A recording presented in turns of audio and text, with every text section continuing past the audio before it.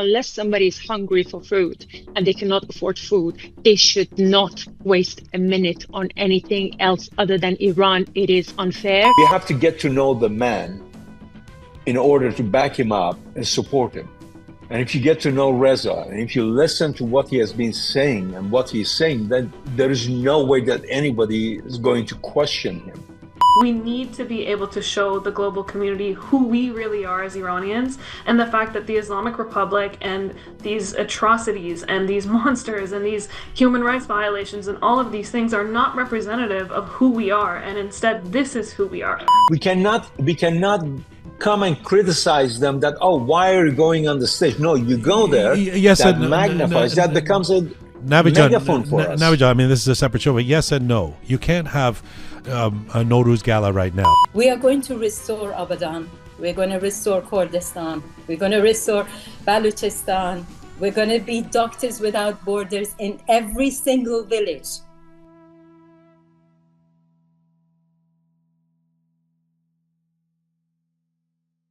Hi there, this is episode 416 of Roqe.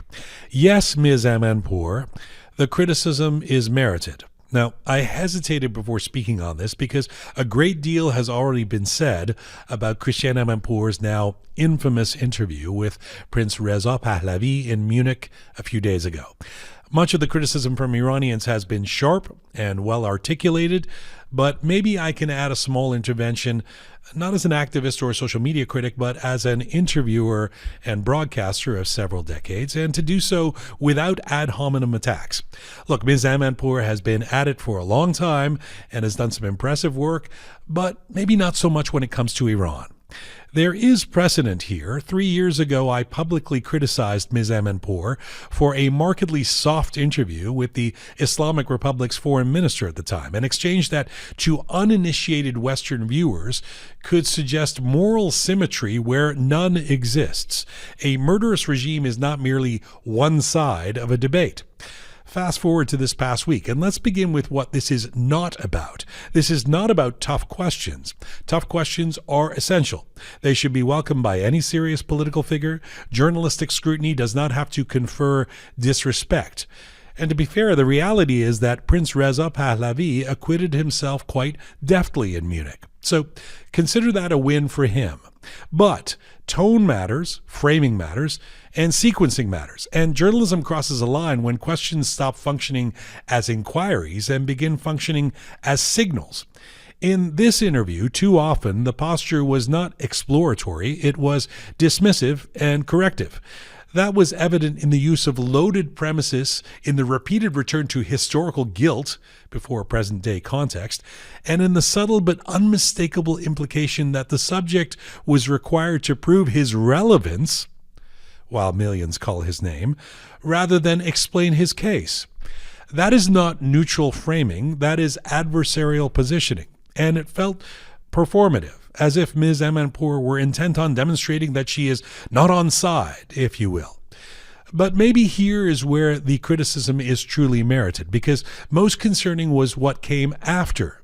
In a post-interview commentary, Ms. Amenpour described Prince Reza Pahlavi as a pretender to the throne and as someone who calls himself the leader of the opposition. Well, in fact, he does not use that title, and pretender is not a natural descriptor, it is a pejorative.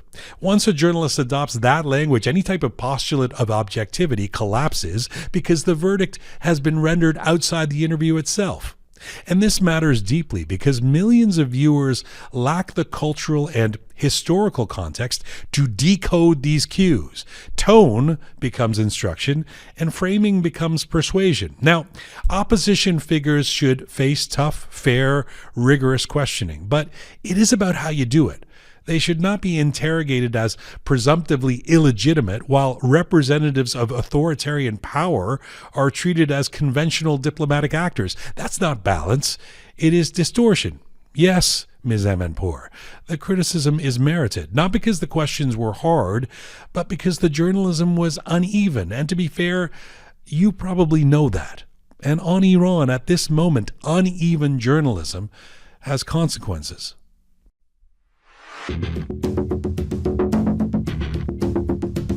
It's It's February 16, 2026. This is Roqe.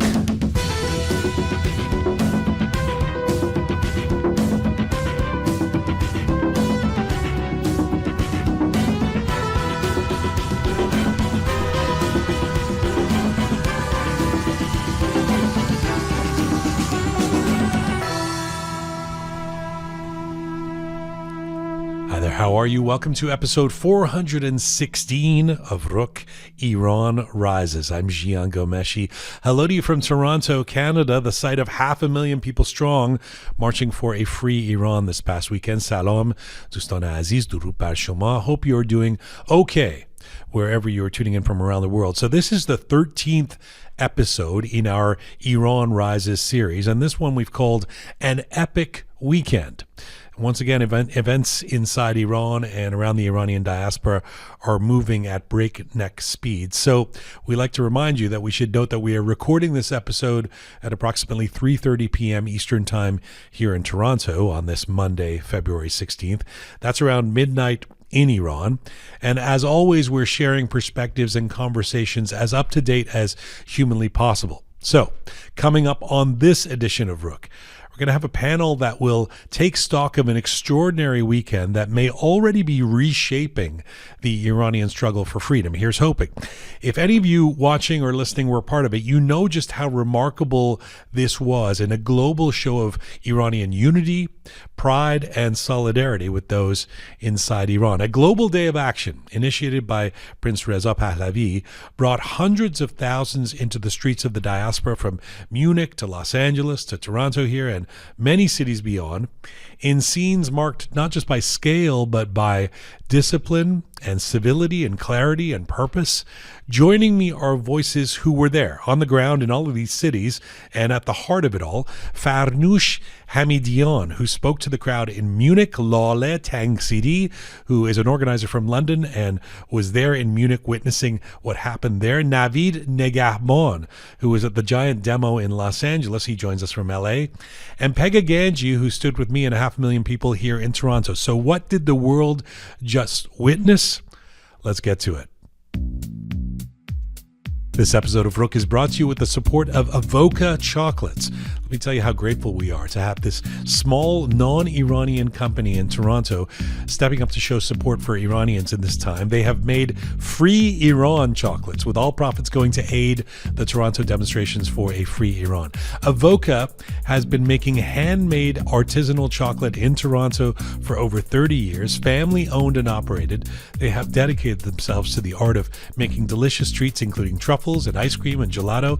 Made without compromise, Avoca has focused on high-quality ingredients with fair trade chocolate, all made freshly in one of their 2 locations in East Toronto. So, the free Iran bars are now available. They are top-quality Belgian chocolate. They are each handmade and painted, and the profits are being given to the Iranian community. You can find out more about them and get a link to the chocolates themselves at avocachocolates.com. avocachocolates.com. Thank you again for your support of Roqe and the Iranian people. Avoca. All right, let's get to our panel. Joining us from Munich, Farnoush Hamidian is an internationally recognized model and creative director and human rights activist. She was born in Mazandaran, northern Iran.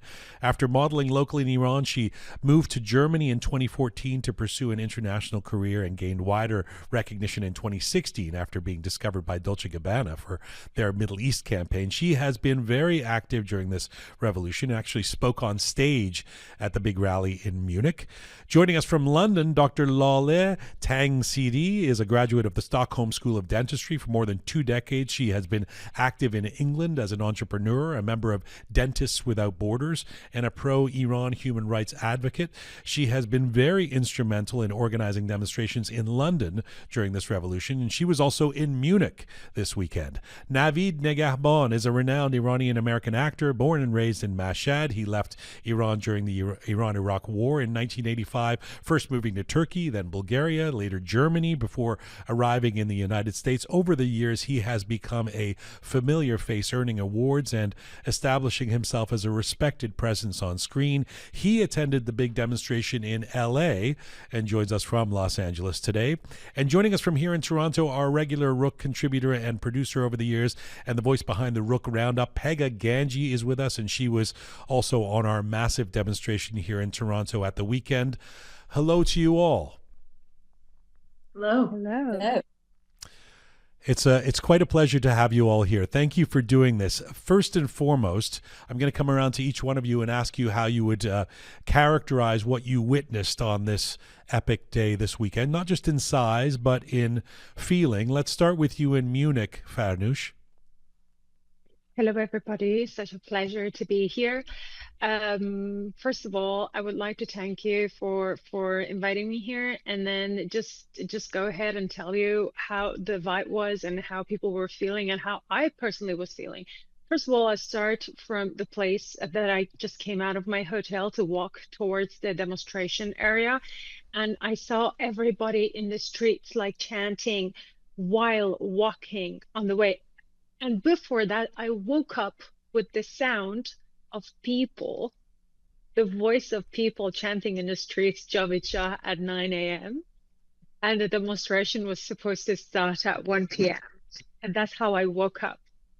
So it was just something beautiful. And I went to the window and I just opened. I'm like, Javid Shah, Javid Shah. With that being said, I just ran outside. It was around 11:30. I started to walk towards the demonstration area, and I saw everybody in awe of the situation and seeing one another and seeing all these different flags in the streets. Everybody was smiling. Some people were crying from joy, and some people were very emotional. I was very emotional. I was taken by and very much moved by what I was witnessing. And then once I arrived to the area that the demonstration was starting to, like, people started to gather, and the crowd started to be greater and greater. At some point I stopped because I had to stop to look at what was in front of me, and I was in complete shock. And I was really admiring at the same time, and I was in disbelief, if I can say that, because I thought, I didn't think it would be nobody coming or something, but I never thought it was going to be this massive. There was this massive flag that I don't even know how many meters it was. I've never seen a flag as large. And around, yes, it was 11:45 that I arrived there. I walked from my hotel at 11:30. I arrived there at 11:45, and people already started.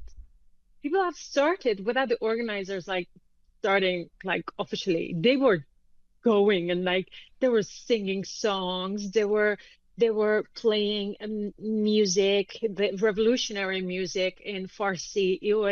It was kids, it was elderly, it was a bunch of non-Iranians. They were like couples. They were carrying flowers. I'm sorry, I'm just overwhelmed. Yeah, by what I mean, I saw. Farnoush, what's interesting is because of the time differences, we here in Toronto, although we had a suspicion it was going to be an epic day in Toronto, of course, and it lived up to our dreams in terms of that 500,000 people, etc. But we were seeing Munich before our demonstration had started, and because Munich was interesting, instead of being in the streets like it was in Toronto and Los Angeles, it seemed to be in a big, I don't know where that was, a field or something. So all those people were in one place. It was such an epic scene. Laleh, you were there. Now, I know you've been active in London, organizing demonstrations with lots of people in London, but what was it to take in Munich for you? It was, I think Farnoush pretty much covered so much of my feelings and what I saw in the Munich as well. I mean, prior to that, we were organizing so many charter flights and buses from UK to Munich. I really didn't think that still in the UK we were going to have 50,000 people on, the very place that many years ago we were just a handful of people demonstrating in front of the embassy or in front of number 10 in London. And now, I mean, we are just seeing a different side of, history and time these days. And for me, it's unbelievable. I mean, for somebody who's like been a child, we moved to Sweden and then to the UK, been outside of Iran for about 40 years now. I just can't believe the ambience, the atmosphere. And then we are I just go to surgery, I'm calling every day, getting calls from people. How do we get this bus? How do we fly from Manchester? How is Glasgow doing? And everything every day is getting sold out. And we are just getting stressed. We're just adding buses, we're just adding planes. We get to Heathrow and it's covered with Iranian flags everywhere. People are speaking Farsi, they're saying Javid Shah.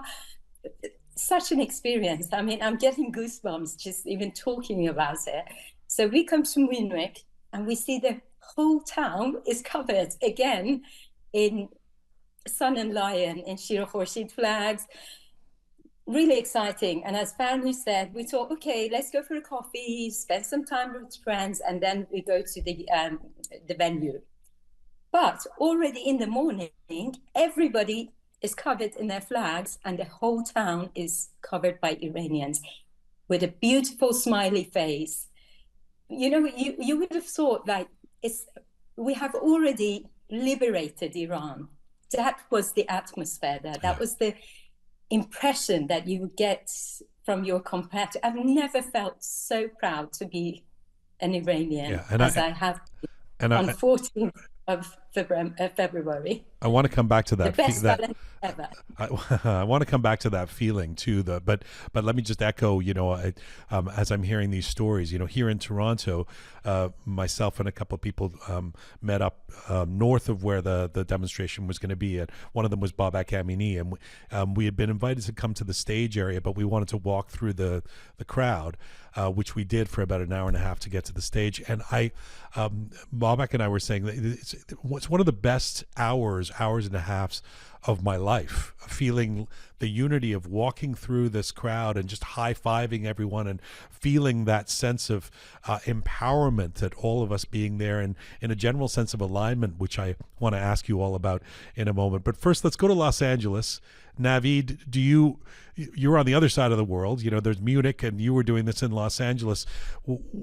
Is what Farnoush and Laleh are describing, is that resonating for you in Los Angeles? It was magnificent. Actually, they covered all the emotions and all the feelings that was going on around the streets.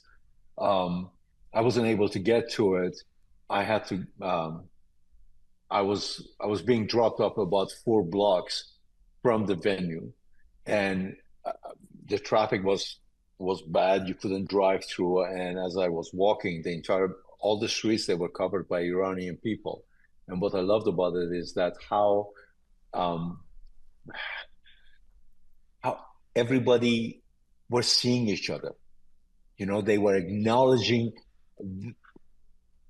each other, and they were greeting each other, and it was such a warmth and so much love on the street. And it was a magnificent gathering, and I loved being there. Pegah, you were here in Toronto. Not surprisingly, we didn't see each other in and amongst the 500,000 people. So I haven't even had a chance to ask you this, but I mean, how would you characterize your experience with the Toronto demonstration? I think a lot of the feelings that were shared, I can definitely say I share the same feelings. But the one thing I wanted to add about Toronto, growing up here, we've always had a large Iranian community, and especially in the last few weeks, we've really seen the community come together. Which, Jian, as you know, it's something that we've often talked about on the show, off the show, and I've sometimes even been a critic of the fact that there isn't enough unity amongst our community. One of the things that really stood out to me, and I got quite emotional about, was you saw the complete opposite of that on the 14th. there was so much unity, so much of, just really helping each other in any way, shape, or form that you could. There were people handing out sweets and tea and, making sure that if there was someone who was struggling to walk, they would be helped. If there was someone that needed help, bringing a stroller, they would help. And it was so much of that, and it was so beautiful to see that, amongst the fact that the sense of hope, you could almost feel it, as you were walking through the crowd, this energy that everyone was sharing. And so those are some of the things that really surprised me. In a really good way, not that I wasn't expecting it, but just the impact that it had on how I felt walking through that crowd. And in addition to that, growing up in Toronto and having been around the Iranian community, I kind of went in with the sense of I knew Toronto was going to deliver. And so I thought I knew what to expect. And yet, I was so surprised by the sheer number of people and that feeling, that charged energy, of walking through that crowd. I want to get to, thanks, Pegah, and thanks to all of you. Those initial responses are very valuable. I want to get to two pieces of what you just said, Pegah. One, the organization and the sense of civility, if we can put it that way, and positivity. But the other part that you were talking about in terms of unity, what I was saying is calling alignment. I'm curious to get the thoughts of all of you on this. I mean, something that I've been talking about on the show, and I'm not alone in saying this, of course, is that one of the ways it's different this time, if you will, is not just in the numbers that are historic in terms of the way the diaspora is mobilizing to hopefully make a difference and help those inside Iran, but that there feels to be more, dramatically more alignment than even 4 years ago in the middle of the after the killing of Mahsa Amini, where the community was coming together, but you would still see the division. So right now, this alignment around a common flag, the Shir Khorshid, and alignment around this is our leader, at least for the transition, etc., feels very empowering. Laleh, you've seen this for a long time. Do you concur? Is that something that you saw in Munich that was as powerful as it was for me here in Toronto? Absolutely. I definitely, I just don't know how to describe it, but I think the Iranian diaspora truly nailed it. It was a hat trick, having us all over the world demonstrating, from Iceland to Poland to, these are like other places, because we were in the big places. But we have to be so proud of ourselves that as a nation, we truly showed that we are fully behind our people and we are amplifying their voice. And their voice is, they want a big time regime change, and they want Prince Reza Pahlavi to take over and lead the country, to make Iran great again. And actually in the tent, which Farnoush was there, but sadly we didn't know each other then, I met Senator Lindsey Graham, and I said, Senator, we love you. You are Uncle Lindsey for us Iranians. You know what? The way for Make America Great Again, one of these roads passes from Make Iran Great Again.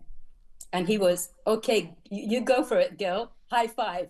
And the feeling that we have the support of politicians all over around the world, I think is from now on, it's going to be way stronger than what we had. It's helpful to have a common leader who politicians can see as a representative. I mean, I thought it was very powerful on Saturday, I guess it was, or Friday, when we saw Vladimir Zelensky meeting with Prince Reza Pahlavi. You sort of thought, oh, we have a representative in a suit that is able to talk to world leaders, and we're not quarreling about whether this person should be the representative right now or not. In terms of that alignment, Navid, I mean, I remember you being active during all of the previous protests, but you were on our show after the killing of Mahsa Amini and that uprising. Is it different this time in terms of what you're observing in LA? I mean, I know that there's been a certain alignment in LA. That community has been sort of pro Reza Pahlavi and Shir Khorshid in general, but are you seeing it in a different way now? I think there is more unity. People are coming together and they're finding they're all coming together and they're chanting one voice, one name. And what was beautiful about it is that when I was walking down the street and I was talking to the people, you could see that all of them, they mean what they are saying. That's what they want. And unfortunately, there are, see, I don't want to take too much of your time, but I have to say this. See, the problem is that everybody is, let's forget about the titles. Let's just talk, get rid of the titles. Let's talk about the man. Reza, to me, he has never changed his position. He has always said exactly the same thing for the past 47 years. And we have had so many people who came in and they went and they changed directions and they went with the wind. And Reza has always been saying the same thing. The problem is that we find lots of people who are coming and attacking the title, the label, which is very sad. It's weakening us. A few years ago, many years ago, I worked on a project that I played Reza Shah Pahlavi, and while I was doing the project, I had to do some studying the character. I had the opportunity to meet with Mr. Atabay, late Mr. Atabay, and he shared some personal footage, some pictures, some videos, and truly, I believe if the Iranian people knew Shah the way that I got to know him, looking through those archive footage and those family footage and those personal videos, we would have never had a revolution. We have to get to know the man in order to back him up and support him. And if you get to know Reza, and if you listen to what he has been saying and what he's saying, then there is no way that anybody is going to question him. And even if anybody is raising a question, let them ask their questions. Don't attack them, because what he's promoting is the democracy. If you are not allowed to ask the question, then there's no difference between the next regime and the current regime. So what Reza is promoting is that I'm open. And he's so intelligent. He's so clever. He's so smart that it doesn't matter what you ask him. He dissects the question, he answers you, and you understand exactly what's happening inside him. And I think as a community, we need to come together, and we have, all of us, we have something to say. Well, we don't need to say it. We just need to stand by our people. Well, I think that consistency that you talk about in Prince Reza Pahlavi is very valuable at this moment. We had an event here on Friday night with Ehsan Karimi, and that's something that we were talking about. That the Iranian community is aching for some kind of consistency, of something you can sort of trust and say, well, we know where he stands. We know where he doesn't stand. You know, we've kind of seen this person grow up with us, you know, in front of us.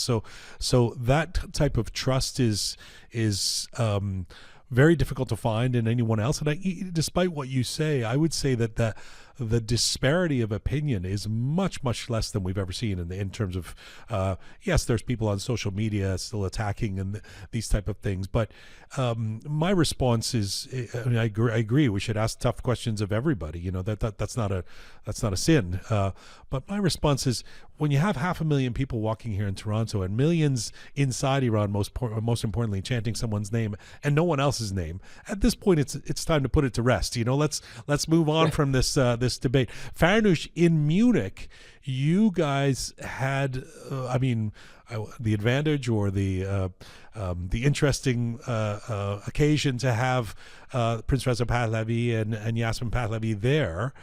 Did you get to talk to them, and what was your impression of having him there?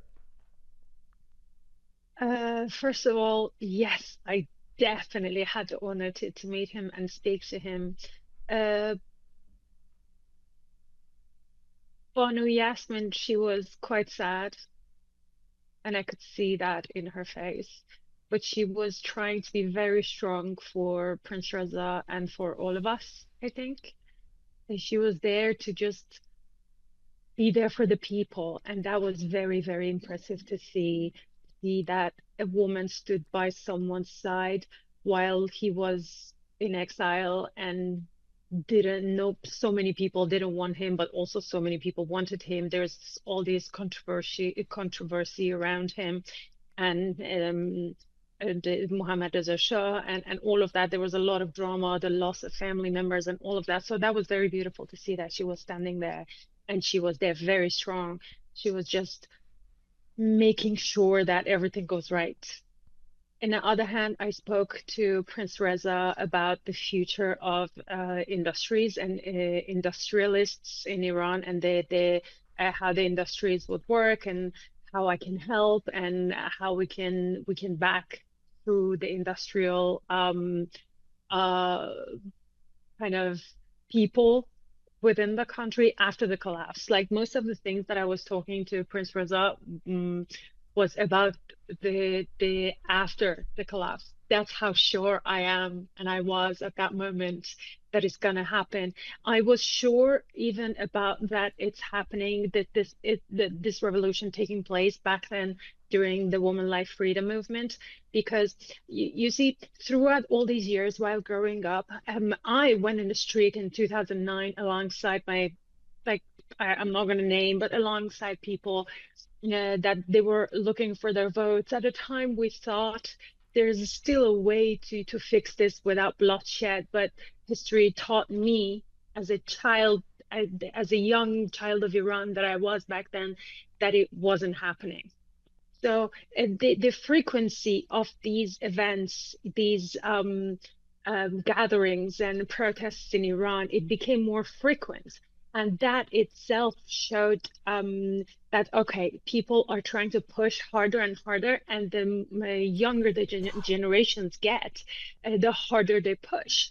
And also, in another hand, what I've seen during Women Life Freedom movement was the cultural revolution that it happened after the end, not end of it, but after it calmed down a little. Everybody was telling me, oh, was this your revolution? Was that it? But in my head, I was like, yes, that was it. We made a freaking, I'm sorry, excuse my French, freaking cultural revolution that changed this culture of being against a woman, being against one another, and turned it to supporting one another. And that followed. The unity that you see today is the lesson that we've learned from the previous gatherings and demonstrations and mini revolutions, I say, that we had before this one. That it finally all came together and made us understand, because nobody told us what to do, because nobody taught us what to do. For 47 years, we were taught and we were told that we are different. For the Mazanis to make fun of the Tehranis to make jokes about the accent of the Mazanis or Turks or the South, and like there was so much division created. Very thoughtful, like it was very thought after actually, to be able to put that division inside our brains. But the Women Life Freedom movement told us and taught us that these were all lies. And this time, because thanks to the people of Iran, they show that there is no division, because they all want one thing and one thing only. The rest doesn't matter, Farnoush, which is the collapse of the Islamic Republic. Farnoush, how would you describe the mood of Prince Reza Pahlavi?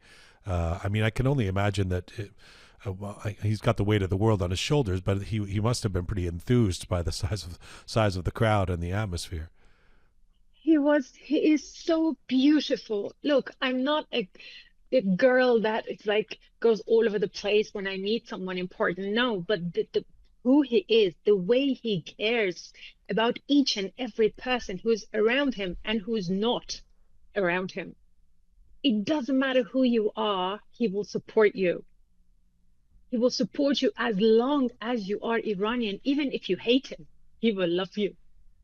So when you spoke to him, how did his mood seem? He was very serious, but switching to smiles every time he was, you know, seeing people around him and hearing the people shouting and chanting and being there. And then I remember one journalist came and said, because we were in the tent, so he could not see outside. We could not see outside. And one of the journalists came and said, "Oh, by the way, Prince Reza, you know, there's like 250,000 people outside. They're chanting for you." And he was shocked. He's like, "Really? There's like 250,000? Like an hour ago, they told me there were 110 or 130,000. And the journalist said, "No, it's 250,000. And all of a sudden, he went serious, like, "I think we broke the records." It was just so fascinating. By the way, he would subsequently give the gold medal to Toronto, as you know, in one of his statements, which we took to heart. Laleh, I just wanted to come back to you for a moment because I mean, it's a panel, so I can't. But you said something so provocative. The fact that you got a chance to talk to Lindsey Graham. I mean, I have to say, I'm, you know, for me personally, I haven't always been a fan of the things he says or doesn't say. In this moment, I'm with the Iranian diaspora. Like, he's become this odd new hero of ours because he is speaking our language, if you will. When I saw that he was on stage too, right? He was on stage at Munich. And I thought, well, hopefully he'll feel so overwhelmed by this that if he is the Trump whisperer, he will communicate this to the president. Can you share any insight on what kind of feeling he was leaving this this congregation, this massive demonstration with? I think already Lindsey is, you know, big supporter of what we are doing, and Crown Prince Reza Pahlavi. But seeing that crowd probably was a game changer, and seeing, you know, the amount of support that the Iranian diaspora is giving to the Crown Prince, and, you know, the atmosphere there. I mean, what was happening, all the excitement when the Prince went on the stage and people were just, you know, going Javid Shah and what was happening. I think that's probably even on him already being a big supporter and putting in people in place, you know, in the conference, as you probably all seen, you know, saying, who you guy, you know, somebody who was like saying something a bit out of line in the Munich conference. So, I mean, you could see he's already there for us. He's already there for the Crown Prince, big time, a big supporter. But I think, like all of us, this event and what happened in the world, because what happened wasn't about 1 million Iranians being on the streets all around the globe.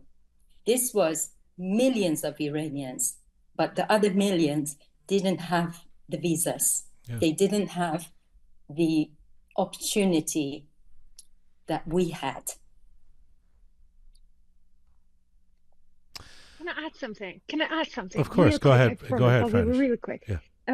First of all, I must say that I think, you know, that it's like around 9 million Iranians in diaspora, and there was like 2 million people, like 1 million people in the 3 cities that Prince Reza told people to go out. Like it was in Toronto, LA, and Munich, but there was also another 1 million people in different cities. I heard this on Fox News that there's like 2 million people. With that being said, from 9 million or 8 million, I think, let me not get ahead of myself. It was 8 million. So if 2 million people came out from the 8 million, we're left with 6 other million. Let's say 2 million are children or old people, or like, I think it's more than 2 million people, 2 million children.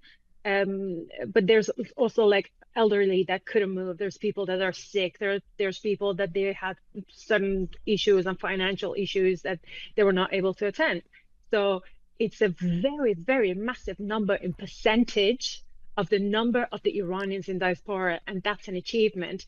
And another thing to say, just last thing, is that Lindsey Graham, I think a couple of hours ago, he went on the news. I think it was during or it was the day before, I don't know, during the Munich conference. He said, "Oh, in Iran they call me Uncle Lindsey, and that's a good thing." And he was in awe of the 250,000 people. So go ahead. I think can I add something very quickly? Sure.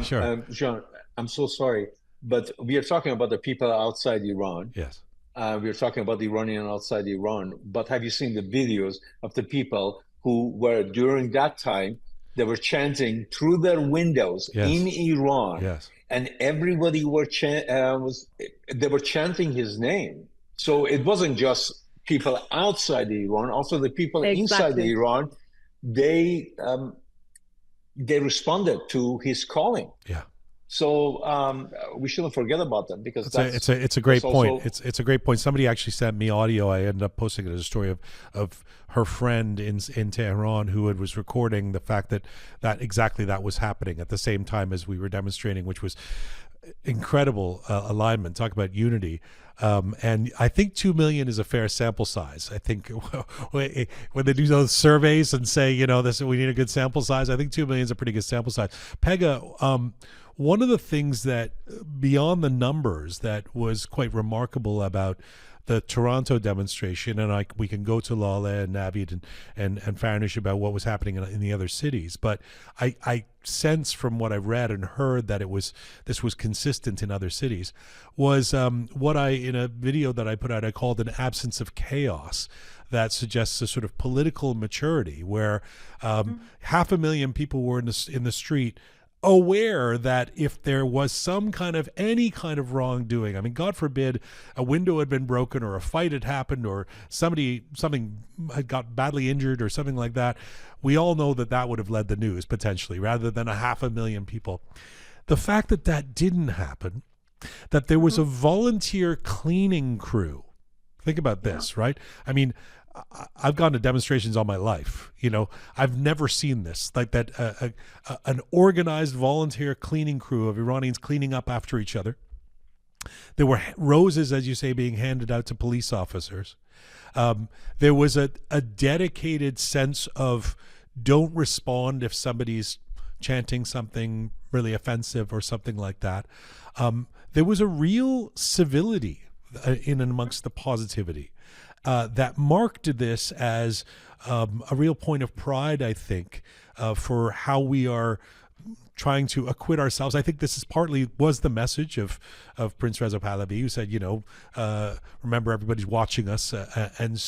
But talk to me about that as somebody who has also been on these demonstrations in Toronto for years, for other causes as well, and what you made of it.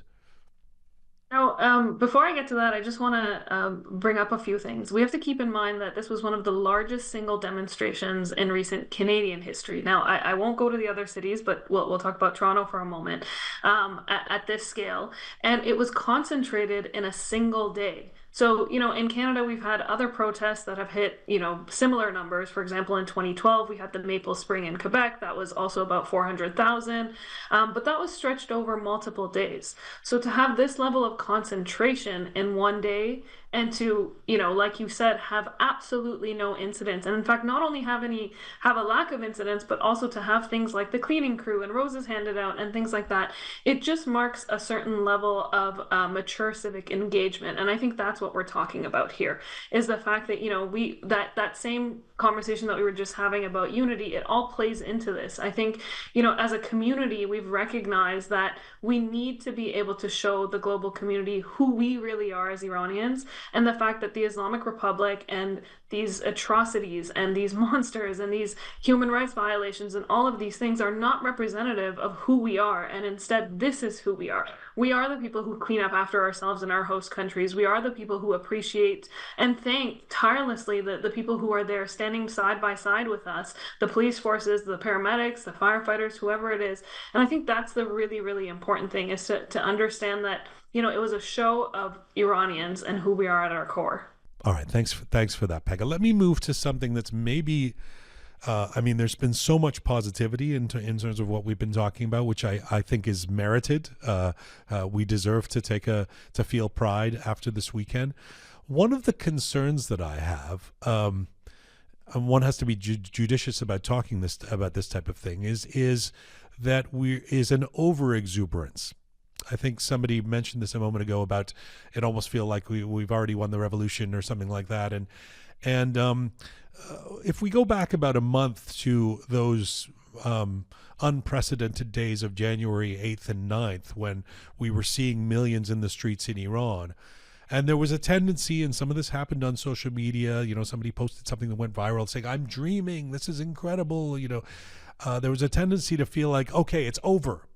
And not only wasn't it over, it was the same days as one of the worst massacres in the history of the world taking place, and dark days ahead. So one of the things that I worry about after this weekend is, if you'll forgive me for putting it crudely, a sugar high. Like we're like, wow, this was so amazing that the work has been done.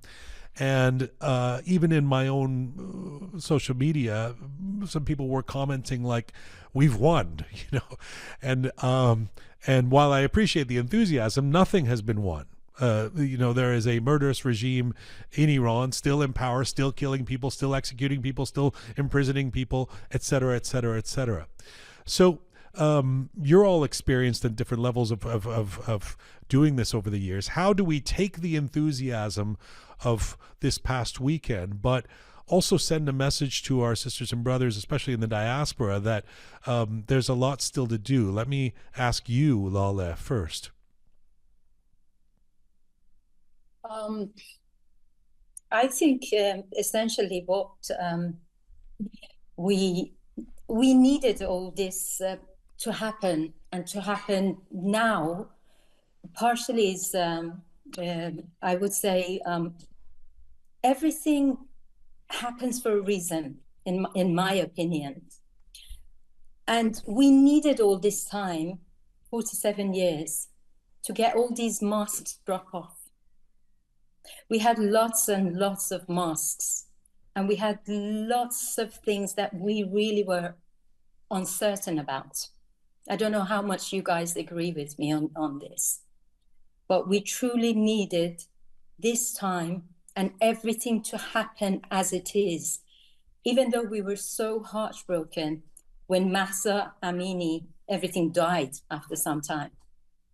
But definitely we needed these 3 years to learn more, to find out what we want and who we want. And for me personally, even, though I cried, why is it taking so long? I suppose it's the same for all of you, and for Prince Reza Pahlavi and his family as well. But we definitely needed this time to know exactly what we want, where do we want to get to, and what do we want to achieve. But in terms of the enthusiasm of this weekend, right? I mean, all my social media, I'm sure yours as well, is full of, wow, look at us, yay, Iranians, etc. Rightly so. But the regime is still in place, is my point. There's a ways to go, and that ways, by any means, is not going to be easy, and there's going to be more darkness ahead, right, Laleh? I think that we have all this, but we've made our mind, and the people in Iran have made their mind, and there is no way this regime is going to gain, any luck. They have totally lost their legitimacy. I mean, I had an interview with LBC last week, LBC News, and he asked me about the legitimacy of the Iranian government. I said, just look at their flag. Just try and order one of their flags. The flag of the Islamic Republic, you could get it from Amazon by this afternoon. But you want to find the true flag of Iran, try on Amazon. It's out of stock. Why? Because there are hundreds of thousands of Iranians buying flags, because we found a treasure, a diamond probably that we had lost. And now we're not going to let go of it. I think it's the same for the Iranian people as well. That's a really nice I think everything great... leading to another, even though we are going to go through hard times, dark times, they are going to use more violence, that's for sure. But the minds are made up. I'm saying we have to be ready for that. That there has to be there has to be an expectation that this is still going to be difficult. I don't know if I'm pouring cold water on our enthusiasm. I don't mean to be, but Navid, what do you think? Well, first of all, I apologize. I was looking down. I wasn't looking down because I was disrespecting Pegah. I was looking down because I was trying to find you the passage that the chief of police spokesperson from Munich posted.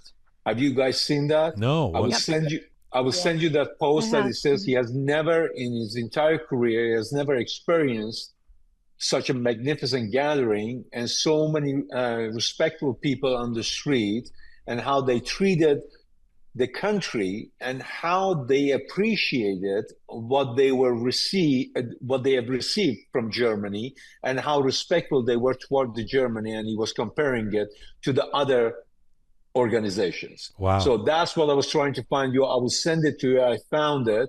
I will send it to you. You can post it. You can do whatever you want to do with it. Regarding your question, I believe that this is just the start. And okay, that's great. We had too many people. It was such a beautiful movement. But this means, forgive me for saying that this means nothing. If we use this to be just proud of ourselves, that we got 2 million people together, okay, we did good, and we stopped at it. We stop. We don't keep going at it, and we don't. There's more struggle. There is more hardship, but we cannot lose our enthusiasm. We cannot lose what we have right now, and this momentum. We just need to keep pushing it. We just need to keep going. We just need to back each other up, support each other, and I believe. This is my personal opinion. I believe that our brothers and sisters in Iran, they need to hold the mirror up to the regime. The way that they're being treated, they need to stand up and retaliate the way that they are being treated. Because there's time that the bully needs to be bullied, and you cannot just the bully would not understand, and they think that they still have the power just because the people are being respectful. And our Iranian people, our people, we are very respectful. We are always trying to be. We are the proud Iranians. We are. But you're not dealing. These are different. I just think we need to take more different approach, maybe, and show the bully that we are not letting them bullying us any longer. They've done a remarkable job of that so far in Iran. Even the chants on the weekend, as we've heard, as Farnoush, as people were mentioning. Pegah, your thoughts on the how we move ahead without getting too enthusiastic. Thank you, John. I was getting antsy because I definitely have something to say here. And forgive me, I don't want to rain on anybody's parade. I don't want to sound like, I don't appreciate what it is that we did as a community, but I absolutely agree with what Navid just said, that in the grand scheme of things, as much as this was powerful and impactful, it doesn't mean anything. Our work is only just beginning. one of the criticisms that I actually have about Saturday's demonstrations across, multiple cities across the globe is that one of the things that I saw more than anything else was Reza Pahlavi's name being chanted, which, don't get me wrong, I 100% wholeheartedly agree that he is our transitional leader, and I'm not here to talk about that as a topic. What I'm saying is we're past that point. I think we're past the point of saying who it is that we want to be our leader. Now is the time for us to talk about our demands. As Reza Pahlavi himself has actually indicated, we're very clear on what it is that we want. I think our job is now to echo that sentiment, to continue to say, look, we know clearly what it is that we're asking for. We need to compel the global community to understand that and to take action on those things. And so as wonderful as it is and as emotional and heartwarming and all of that as it was to see millions of people out on the streets, I think we need to take that energy, take that hope, take all of that and channel it into actually taking action and doing things that would allow for the global community to understand what our asks are and to take steps toward those asks. Can I say something? Yes, but before you say it, I'm going to say something. Forgive me, but I actually want to, and then you can maybe echo it if you agree with me. I actually want to disagree with you, Pegah and Navid. I mean, I know that I appreciate what you were saying and the way you said it, but I don't think it was nothing, though it was accomplished this weekend. Actually, I think it was this global day of action was a genius idea, frankly, because I think these numbers were just so big that they became indisputable. One of the things that we've been saying for weeks now, that I've been saying certainly as somebody who comes from media, and that we've been saying frankly for years, is that the media ignores us. Couldn't ignore it this time. Couldn't ignore it. Still didn't give us the coverage that is deserved. Well, that's what I was going to say. But it wasn't ignored. And I think that this show of power begins to echo. Look, the Premier of Ontario was on stage here in Toronto and saying regime change for Iran. Now, say what you will about him. He's about at 50% in the popularity. Some people don't like him, some people do like him, but he knows how to read the room, and so he's like, oh, there's 500,000 people here, I'm on side. And to me that was very telling. That was now he's not the prime minister. I wish the prime minister was there saying the same thing. Right. But it was very telling, and I think that's the kind of impact this weekend had. Now, one of my final questions for all of you was, what impact do you think this global day of action had? And then I'm going to ask you about one special moment that you took from this weekend. But let me come to you, Farnoush, because I stepped on you there. And please tell us what you were going to say. Farnoush, can I say just one thing? Sure, Navid, sure. I did address you. Go ahead. I'm so sorry. I think you misunderstood me and Pegah. Yes, we are not saying that it was nothing. We are saying that this was the start. This wasn't the start. This was part of the journey. But it doesn't mean that you need to be satisfied by, Fair enough. We did great. Fair we enough. had the mayor. We had this, we had that. That in grand scheme of thing, it's just one teeny tiny step. So Fair we enough. need to keep going. That's what we are saying. We are not saying that it wasn't nothing. It was a great achievement. I was so proud to Look be at there. you ruined it. I was getting so excited about disagreeing with you, and now I realize that I agree with you again.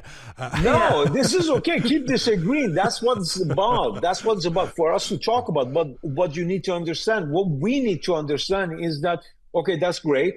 We did this. So what is the next step? Yeah. Don't be just happy. Oh, Yes. okay, I'm happy. We had 2 million people. That's great. We showed the world. Okay, what else? What else can you show the world? Well, just to be yet. real too. Look, this has implications.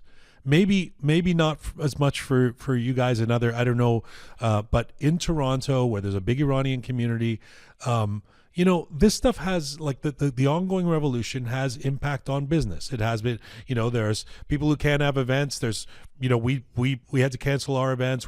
And so there is an antsiness of the community, right? Small businesses, creative class people, DJs, photographers, etc., events, whatever, who are kind of going, you kind of sense sometimes, well, is it over yet? So that we can go back to which no one wants to say out loud, because of course the priority should be those folks in Iran and the lives we've lost, etc. People are dying. I'm so sorry to interrupt you. People are dying in Iran. I haven't slept I haven't slept for past month and a half. I haven't done any work. I'm just focused on what's happening in Iran and how I can help and how I can assist them. The thing is that you want something, you have to work for it. You have to pay your dues. Those people are paying their dues with their blood, and now about canceling the show, and I disagree with canceling the show. Every show, every musician, every comedian, every showman who's going on the stage, that's their platform. We need to support them. We cannot come and criticize them that, oh, why are you going on the stage? No, you go there. Yes, that magnifies, that becomes a megaphone for us. Navid, I mean, this is a separate show, but yes and no. You can't have a Nowruz Gala right now, the Shad Nowruz Gala, and then sell tickets for $500 like we normally do in Toronto. Can I jump in? It's difficult, you know. But Farnoush, you were waiting to say something. Go ahead, please. Yes. Look, guys. This gathering was not for us to be happy or unhappy about. It's first. It was during a very, very important time, Munich Security Conference, for the politicians to see what the Iranian people actually want. So it is not for us to be hopeful or not, but in the consequence of that, it gave us hope that there is a good future.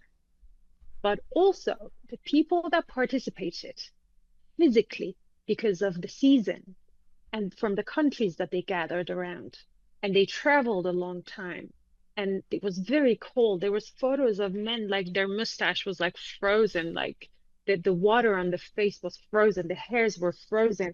People in front of me, they were in the mud, and we were like freezing. And obviously it's a very cheap price actually to pay compared to what the Iranians inside Iran have paid, but they need at least 24 hours or 48 hours to rest and regroup. We're literally in that time, we're in that window. Like today, I was so dead. I slept, I arrived to my place, like I am not in Munich, I'm in another city now, but for security reasons, obviously I cannot say which one, but it took me 9 hours and trains to be able to get to my destination because the flights were canceled and so many other things. With that being said, people outside of Iran, they need 24 hours or 48 hours to rest and get back to it. But at the same time, inside Iran, nothing has stopped. Quite opposite. Because of what we have done, because of how powerful we were, because of how impressed the politicians outside of Iran, the international community was. In consequences what we've done, and regardless of what we've done, that Iranian government now is even going more hard, like much harder. Today, I'm telling you, I received messages. I'm in touch with a bunch of leaders inside the Iran regarding the people that are, channeling the protests, et cetera, in different cities, and some of them are runaways, like they're on the run. And one of them contacted me today. She told me if I could find someone that could buy his kidney from him. I didn't know what to say, and then I started crying, and then I cleaned my face, and then I sent him a voice, and I'm like, how dare you? Don't you dare. I'm gonna send money or whatever, like just do it. He said, look, they are going to catch me anyways. They are going to remove my kidneys after they kill me, just like they did to so many others. Let me make money from my kidney and send it to my parents before they kill me. This is the level of craziness that's happening today. Like, I mean, 5 hours ago, I was on the phone with him. It was just hours ago. It was not a long time ago. And while we were talking, what happened was in the village of Chenar, in the province of Hamadian, the security forces with armed vehicles, like with armors, they attacked the village of Chenar, and they closed the entrance and the exit of the roads and the whole village. And they started to beat the shit out of people, excuse my French, and arrest so many people. We don't even know how many. All I know is there were 14 years old, 15 years old, and 16 years old girls amongst them that they just exited their school. Yeah. So it's getting worse. It's not getting any better. It's just that we just needed a day to rest. Yeah. Well, first of all, it is unfair, but we actually needed that. First of all, thank you for saying all of that. That was, and just for me to refocus things before I go one last time around the circle. Thank you, by the way, all of you, for giving your time to this. We called this episode is it's called an epic weekend, and we're focusing on these historic demonstrations we had. And I suppose the point I was trying to make was, sadly, I have heard from some folks here in Toronto who have said, well, yeah, I'm coming out for the 14th, but then after that, I got to get back to business. This is already going on too long for them, and that's why my reaction is exactly what you've just said. We can take a day of respite, but if we really want to support those inside Iran, we got to be ready for this to be going for some time, and for us to keep mobilizing as a diaspora, and in bigger and bigger ways than what we've just to mention that in the past 1 month and a half, I only worked one day and one day only, and the reason I was going there was just to represent Iran and speak to Brigitte Macron. Otherwise, I wouldn't have gone.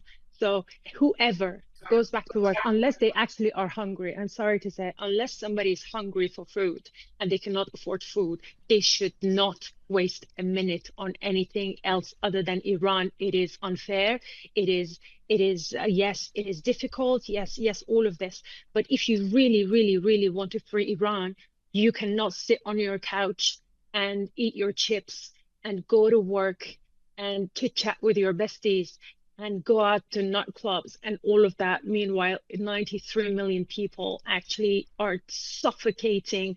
And the fact is, and it is very good that I am going to put a very, very, very brutal videos of what's been happening in Iran. And I kept on posting them.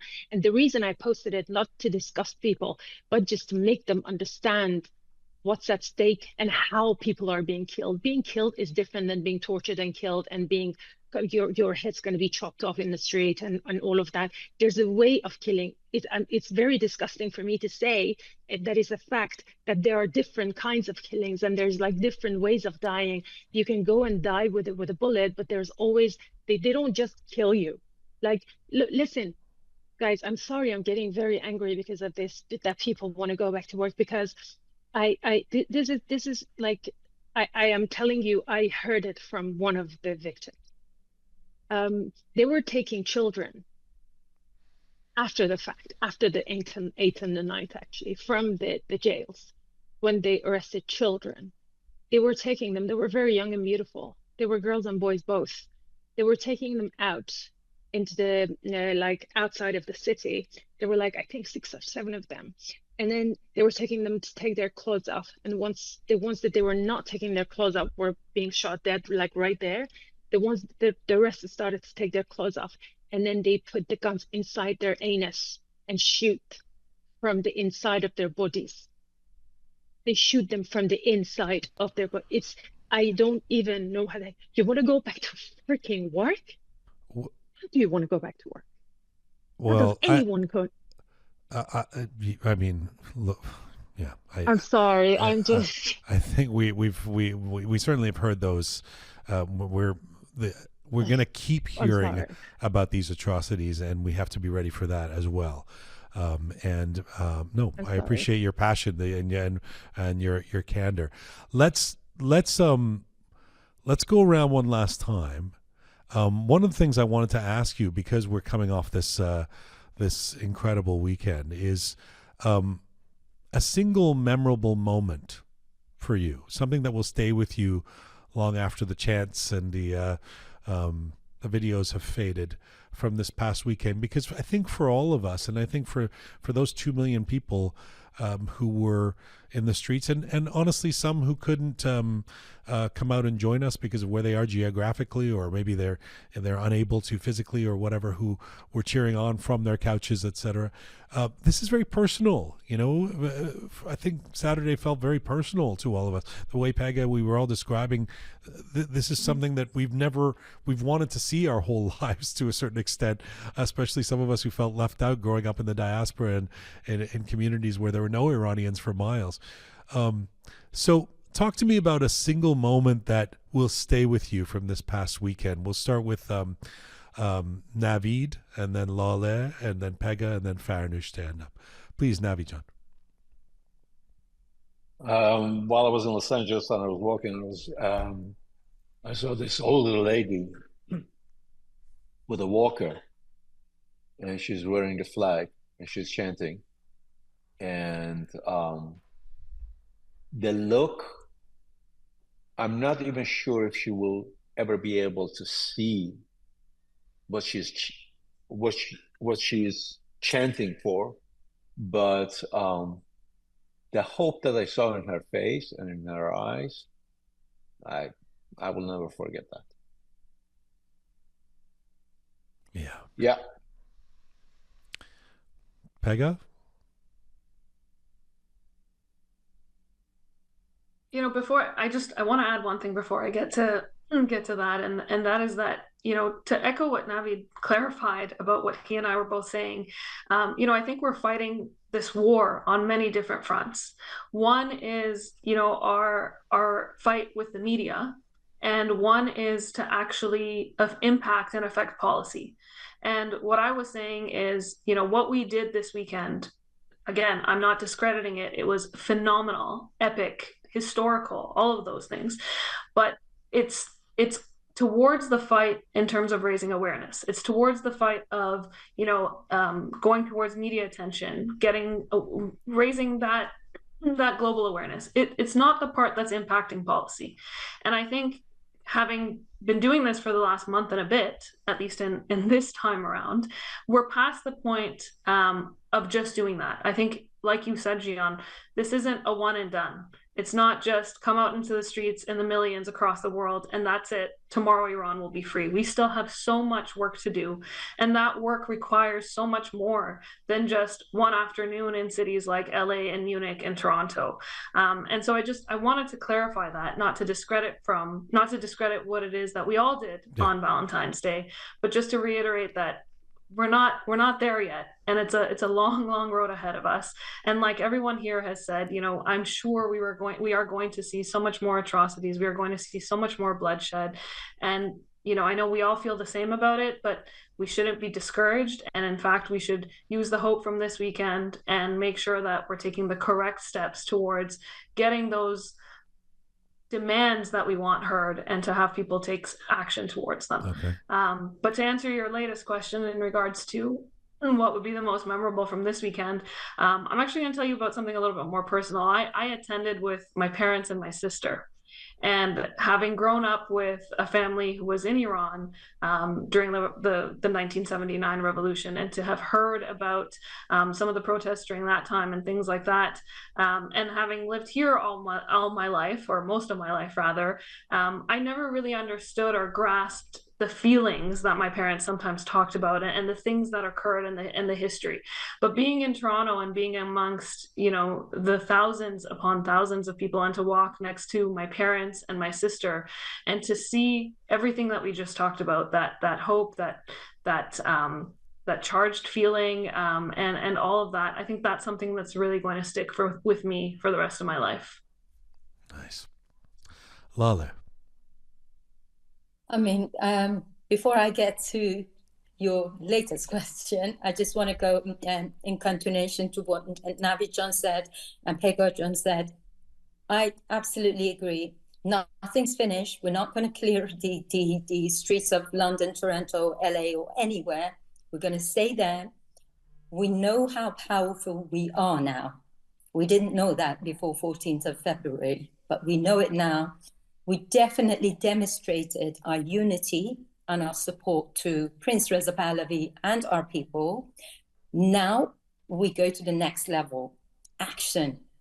In the UK, we need to make sure IRGC goes on the terror list. For years, we've tried it. They managed to do it in European Parliament. We need to do it in the UK. We need to shut down the embassies all around the world. We need to get the diplomats deported to Iran. We need to make sure the sanctions are stronger on them. We need to make sure there's no money going into their homes and to their families. And we need to make it difficult for them to live in these countries in freedom and democracy, because they definitely don't deserve it. Let's make life really hell on them. We've just started. This is what I think. And another thing about the memory, when I was in Munich, I didn't feel I'm in Munich. I was looking at the day that Reza Pahlavi is in Maidun Shahyad, holding a speech in front of our people in a free Iran. The day that people could vote and say what they want and live in peace. The day that an Iranian doesn't have to, get through Turkey into Greece, get drowned in the sea, get frozen in those like carriers because they are hiding to take asylum in another country. But they would have a passport which is valid in many, many countries, but they still want to live in Iran. That is the dream day for me. Luckily, I have kept my Shahanshah passport from when I was a child, and hopefully one day I'm going to go back to Iran with that passport. And everybody across Iran, I'm from Abadan. My hometown was destroyed by this regime. I wouldn't say by Iraqis. It was by this regime. We are going to restore Abadan. We're going to restore Kurdistan. We're going to restore Balochistan. We're going to be doctors without borders in every single village and help our people because they need it. For 47 years, they have been deprived of everything, let alone help. Thank you. Thank you, Laleh. Thank you on behalf of my father, a child of Abadan as well. And finally, Farnoush. The memory I will forever cherish and carry is the image that when I arrived on top of the hill, that you see all the demonstration down there, that I was in awe and I was in shock of the number of people I saw there. And at the same time, when I was seeing that, I was thinking to myself, I wonder how many of these people will return to Iran once it's free. How many of these, like thousands and thousands of them, they're just waiting for Iran to be open to them again so they can return home, just like me. I don't know how many years you haven't been to your country, but for me, it's been 6 years, and I haven't seen my brother for 6 years. And I dreamt a couple of nights ago that when I go back and I see my brother is so old by then, and I haven't seen his youth. But then when I went to Munich and I saw what I saw, I was thinking just how many of us will just fly back on the first flight. And I was thinking to even book my ticket already and then keep on postponing it like an open-end ticket. So I will be able to have a ticket to go back because I'm sure it's going to be sold out. Farnoush, Navid, Laleh, Pegah, thank you all so much for taking the time today. Thank you for all your contributions on different continents of this weekend and ongoing. Really appreciate you all. Really thank you on behalf of the audience who I think really will have enjoyed this last hour. Baran merci. Thank you. Merci à Jamal. Thank you.